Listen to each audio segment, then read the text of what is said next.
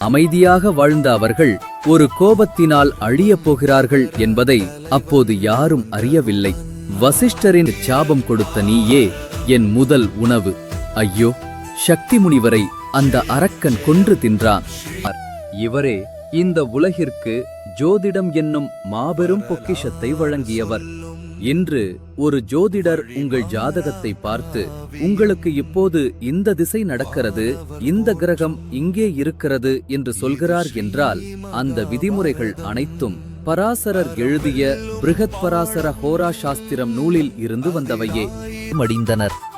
ஆயிரக்கணக்கான ராட்சசர்கள் எரிந்து சாம்பலாயினர். அப்போது அத்திரி, புலஸ்தியர் மற்றும் மகாத்மாக்கள் அங்கே வந்தனர். இமயமலையின் வடக்கு பகுதியில் உள்ள ஒரு அடர்ந்த காட்டில் கொண்டு போய் சேமித்து வைத்தார்.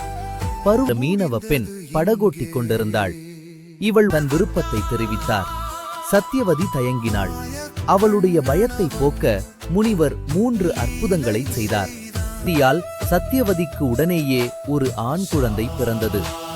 அம்மா, நான் தவம் செய்யச் செல்கிறேன். உங்களுக்கு எப்போது என் உதவி தேவையோ என்னை நினைத்தால் உடனே வருவேன் என்று வாக்குறுதி அளித்துவிட்டு தவம் செய்ய காட்டுக்கு சென்றார்.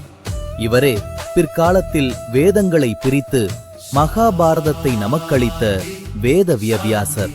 இந்த கதையின் முழு விவரங்களையும் நம்ம சேனல் பிளேலிஸ்ட்ல உள்ள வீடியோவை பார்த்து தெரிந்து கொள்ளுங்கள்.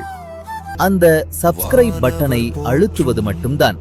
தயவு செய்து சப்ஸ்கிரைப் செய்து எங்களுக்கு ஊக்கத்தை கொடுங்கள்.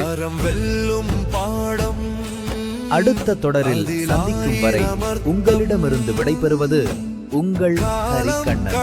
அனைவருக்கும் நன்றி, வணக்கம். வெற்றி தர்மத்தின் பக்கம்.